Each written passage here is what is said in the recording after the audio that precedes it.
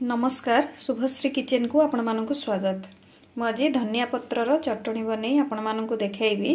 समस्त तो घरे घरे बनाउथिबे किंतु मु आज मो स्टाइल रे बनै देखैबी। एही चटनीटी बहुत हेल्दी आउ टेस्टी मध्य। चलंतु एथर आरंभ करिबा। एथि पई मु किछि धनिया पत्र को नैछि ताकू बाछि धोईकी रखिछि।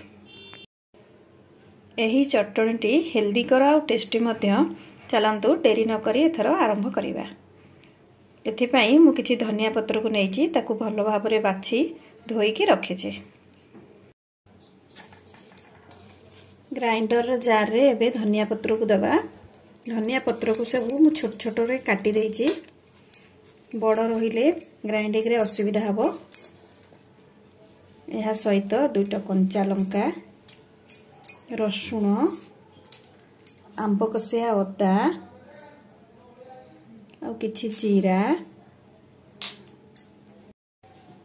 जदि आंब कसिया अदा नाही तेबे प्लेन अदा देबे।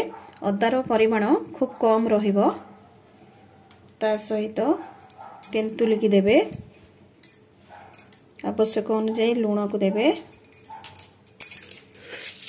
जेहेतु तेंतुली देइछंती आमे बिथरे 2 चम्मच चीनी को दबा। चीनी देले चटनी रो टेस्ट भलो रहिबो। खट्टा मीठा बैलेंस ठीक रहिबो।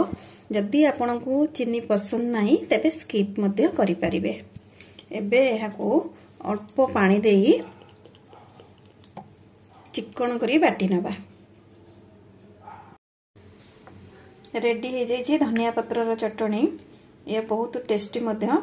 एहा को आपण रोटी सहित किंबा भात, पूरी, पराठा, पिठा सहित खाई परिबे। आशा करूची यह आपण मानक निश्चय भलो लागिबो। भलो लागिले लाइक करिवे, शेयर करिवे, आउ सब्सक्राइब करिबा को जम्मा भी भूलिबेनी।